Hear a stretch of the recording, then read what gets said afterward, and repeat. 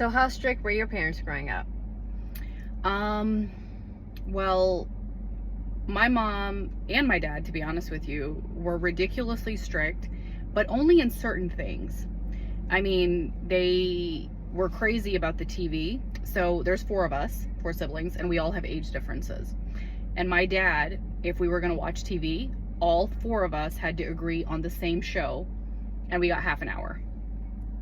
And let me tell you something, we never agreed on anything. So it was always a lot of fighting. So nobody ever watched Nobody anything. watched TV. That's why I think I read, because I needed some entertainment in my life and I had none. But same thing with mine. Mine were strict in some things, but then a lot of things I had freedom where a lot of other kids like did not. Like I was able to, if I had to go somewhere like on a trip or something, I could go because because the thing was I had a fear of my mom, right? So I knew no matter where I wasn't gonna do anything because I was so scared of her.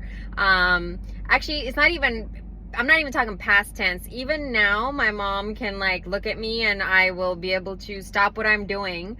Fun fact, after I got married, like probably I think we had been married maybe over 10 years. And my husband and I decided to go, to one of the rest, like we used to we wanted to go somewhere on South Beach in Miami. So I got all dressed up. I wore a dress, and it was a long sleeve dress. It was a long dress, but it was a little sheer on the bottom. And I walked out and I got out. And my mom was like, like she was like, go back inside and put on some pants. Oh she my made me go, and I'm married with my husband after kids, 10 years after. So he's already seen my legs, So and she was like, no, this is she's not like, happening. you need to go back inside. You need to put on some pants under that dress and then come back out. And the leggings. The leggings, The yes. leggings. It completely killed my vibe. My husband was shit scared. He was like, okay, I guess I'm going to do what your parents want me to do. So we both, the whole way there, I had pants on to go to South Beach in a dress that I had bought just for that date night. Oh my gosh. That's where I'm at. So it's not even past tense for me. Well, I can tell you it's definitely not past tense. Like my mom, even till today, if I haven't called her for a couple of days and I've been busy or I'm working or I travel for work, and then I'll call her and be like, hey mom, what's going on? She'll be like, ab to may yada ya. And like the look, dude, I wish that kids of this generation could understand. They'll never know the look. My kids don't even take me seriously. But the point is, our moms, like my mom can bastify me on the spot. Okay, like on the spot. Like she doesn't care if I'm working. She doesn't care who I'm talking to. She doesn't care how old I am. She can just, she'll put me in my place right then and there. But and you know what? That's love. No, that's how it should be. Like your parents should be able to say what they need to say. And you have to be able to tell your kids, especially in the moment. And I think that's really the difference between Gore and like desi parents. Is like Gore will be like, oh, did I hurt your feelings? Like I can't say that. And I feel like I'm somehow, like we're trying to be careful of our kids' feelings too. But I wonder long term, are they really going to take us seriously? I mean, my kids are really little, so I wonder about that. But I'll tell you, even them being the age that they are right now. Did you get spanked ever? Oh, yeah. Doyong ke saath. Yep. The doy was the favorite. The doy, the chappal. I mean, we had it rough.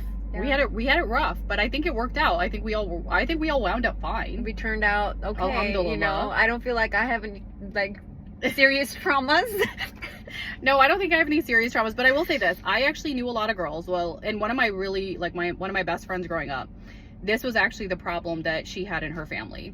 So her parents never let them do anything. Right. Like they could never go anywhere. They could never do anything. They couldn't go watch a movie. They couldn't go to the mall. Like they were so oppressed. I think that is oppression, right? And those are the girls that go buck wild crazy in college. Well, yeah, and that was the thing. Like they didn't even let them do that much. And so literally, and everything that they would say would be like, "Acha shadi ke baad.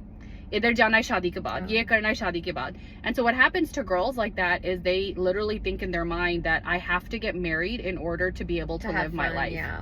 Not even like having fun at to ek baat hoti hai. Like anything in life, they would be like, okay, we just have to get married. So the first lolu panju that comes around, they're like, chalo shadi kar lo. And here's the reality. Shadi is not some sort of escape. Shadi has its own issues and problems and like you're just trading one circumstance for a different circumstance. And like my parents, alhamdulillah, like my mom, she actually went to bat for us. Like my sister and I both went to college when we were like 15, 16 years old.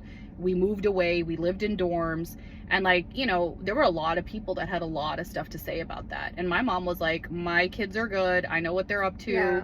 They're sharif, they're gonna go padhai unhone nahi karni But hai. because we had that fear of our parents, so they had this telepathic control over us. I That's feel true. like that no matter where we weren't going to do anything. Yeah. We were just like, We're good kids. yeah.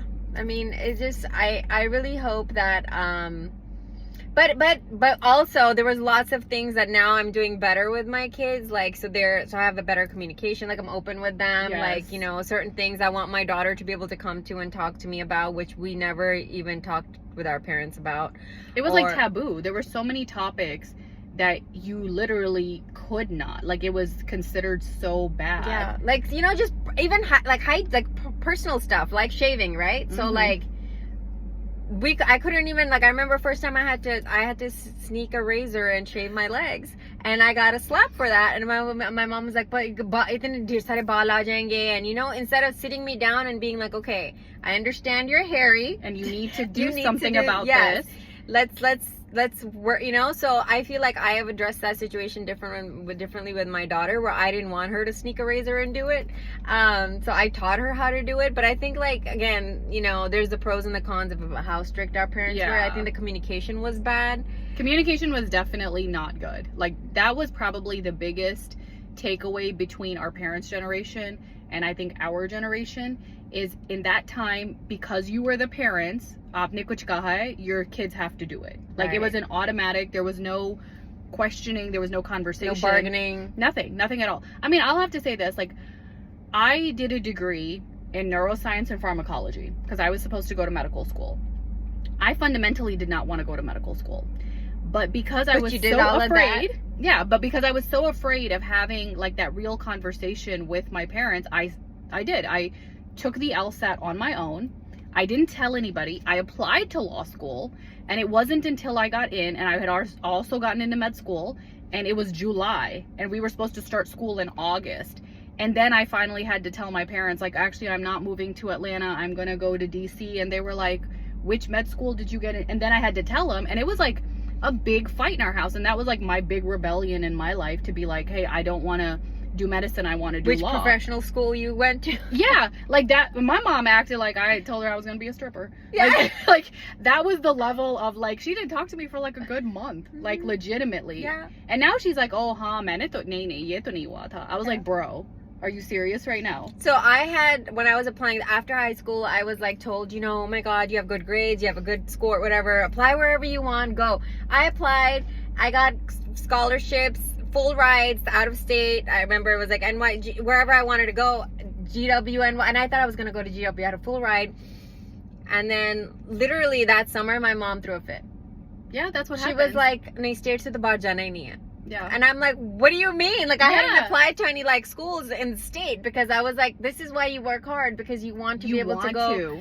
And she was like, no, you know, ghar se bahar nikal jaogi, kharab ho, like, it's just, it was, so then I mean, granted, I still ended up going to a really good school. I went to University of Miami, which was fine, but that's the kind of control our parents had. Yeah. And I feel like if I were to have that conversation now with my kids, I just hope that, you know, it would be different. It would be very different, because we'd be very mindful of their psyche, right? Well, because we've been through it. Yeah. Like, we've been through it, and we know. Because I still talk about it. I'm in my 40s, and I still talk about that experience, about how I didn't get to go. But I'm thinking, imagine if I did get to go.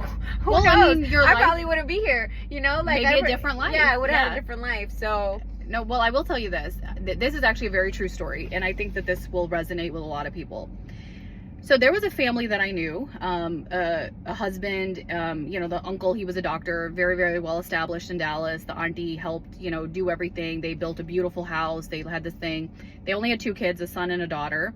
And the son was a really good kid. And they told him, like, you know, work hard, do everything. So while all the other ladke were doing this and that and whatever, he was like on top of it. He crushed it during high school. He got like an almost near perfect score on his SAT. He got like full rides everywhere. Princeton, Harvard, Yale. I mean, he got into every single school. And in the end, his mom and dad, because I don't know what the control situation is, and he was a ladka. Like ladkiyon ka to, I understand. Yeah, it's different standards. I don't agree, but I understand why sometimes parents say between girls and boys, right? But he was a boy, and this kid had to go to UT Dallas because they were like, oh, you know, and he had full rides everywhere, and they had paise. Like, it wasn't like they couldn't afford. Because they were afraid to let him go. Yeah, literally. Yeah. And you know what happened to that guy? That kid, he was so upset and he didn't want to go. Like at UTD, like he could have made straight A's like by doing nothing, right? Because he was very, very intelligent. He was like, I worked so hard all these years, I got nothing. He completely flunked out.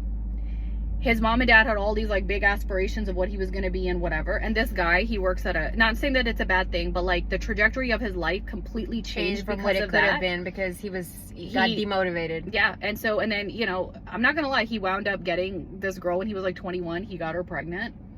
You know, non-Muslim, you know, she was a Hispanic girl. He works at a car dealership. And, you know, his parents now are like, oh, you know, we should have done this and we should have done that. Yeah. So I feel like the control part is good to some extent, because your kids have that fear of the chitar, you know, because they know that you're going to get your ass beat if you do anything.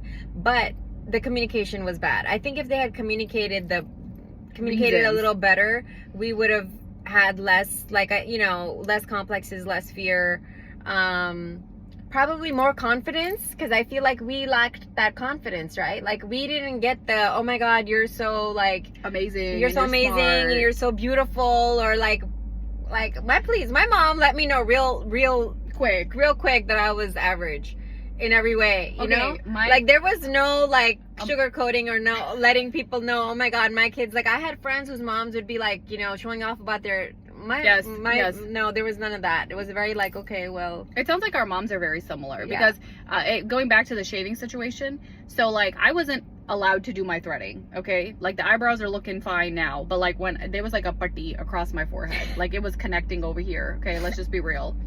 I was hideous. There's no other way to explain it. Allah maaf kare, like how freaking hideous it was. And then finally my nani, okay, my nani came from Dubai, and she was like, kya hal kiya hua in ladkiyon ka, and she got our full body waxes, she did our threading and our eyebrows, and she like yelled at my mom, and she's like, you need to upgrade these girls from their bunyans to actual bras. I guess it was just, you know, trying to keep it, just the focus wasn't there. My mom was like, and my mom would be like, nahi bilkul theek to. And then I can tell you, you know those like movies where you have like the ugly girl and then they have the transformation? I 100% have my daughter says that to me. She's like, Mom, you had a glow up, you were not very pretty. I was like, what? She's, you know, like, she says that, she's like, when did you have your glow up? I'm like, I didn't know. I guess this is what it was. But props to our husbands, because they married us just like that. At least mine did. Like, my husband, him and I got married. He got like, a better version of you? Yeah, he did. He got like the normal version, like the one that, like how I am today. But I will say this. I remember the first time that I ever thought I was cute, like that I was like, oh, you know, you're like feeling yourself, you feel like you're pretty. I was 19, and it was my sister's wedding. And it was the very first time that like I got my nails done. I got my hair done. I got my makeup done. I didn't have like hair everywhere. You knew you had 2 eyebrows? I knew I had 2, not just one. And it wasn't like this was, it was literally like all my hair. Like, it was just all of this together. I didn't have my eyebrows done at my wedding. Dude, you know, you've told me that. Yeah. And I don't even understand. But I never had bushy, I never had that much hair, but I just didn't do it. Like, it wasn't a thing. Like, I never just didn't have them done. If I didn't get my eyebrows done, makeup, I did my makeup myself. You told me that too. Yeah. I will tell you. And that's why I don't like my pictures. It's wild. I will say this, that if I hadn't gotten my eyebrows done, I don't think I would be married today. I don't think there's any dude who would be like, bro. You have thicker eyebrows than your husband? Yeah. I mean, I'm Allah maaf kare, but like I could probably go toe to toe on my beard. Like, if I hadn't taken care of that. Laser away all day long. All you ladies out there, the best thing you can invest in is getting a full body laser treatment. Yeah, just get it all. Just take care of it. Like, just take care of it. I did that for myself when I was in my 20s. But I mean, I guess what we're trying to say is just be open. These are things we're all dealing with. We got to be open with our kids about it, instead of being so taboo about it and being hush and unko, you know, instead ke nahi abhi nahi karna, baad mein kar lena, whatever. Isse kya hoga? Karna to aapne hai hi na. So then might as well teach them how, find them a better, you know, a good solution for it, and let them like accept things the way they are, because Otherwise, kids are gonna rebel and they're gonna sneak a razor and go shave their legs with their dad's razor and cut themselves. Well, you know, one time I actually did that and I didn't know how I was supposed to do it, so I pressed down really hard and I took off my whole layer of skin and I was bleeding everywhere. I used my dad's razor to shave my legs. That's what I did too, and I took it and like literally it was like bleeding, and I couldn't even cry because then somebody would know that something happened. So I was like, and I was so embarrassed of the hair on my legs. I used to wear pantyhose. I used to wear pantyhose all year round. Because in my head, I was like, well, nobody can see the hair, but you can see the hair through the pantyhose. My sister did that. My sister used to, and she had some thick hair. Like I'm not gonna lie, we're Punjabans. Like we had some thick hair, and you could like see it would like poke out from the legging. Now I'm thinking like, why did I? I was hot and itchy and hairy. Oh my gosh. You know what? Well, we survived it. Yeah, we're okay. We came out on the other side. We had our glow ups and here we are. But I will say this, there's like 13-year-old girls right now that have amazing skincare routines. That look better than And they look great and they know how to manage their hair. I didn't know what to do with my hair. My hair was long, it was thick, it was curly. And I had no idea how to, like, I didn't know how to do anything with it. Nobody ever taught me anything. And so, yeah, it was like trial by fire. Like, we just had to figure that out for ourselves. Figure it out, but you know, we turned out okay. I hope so. Guess so. Allah khair. Yeah.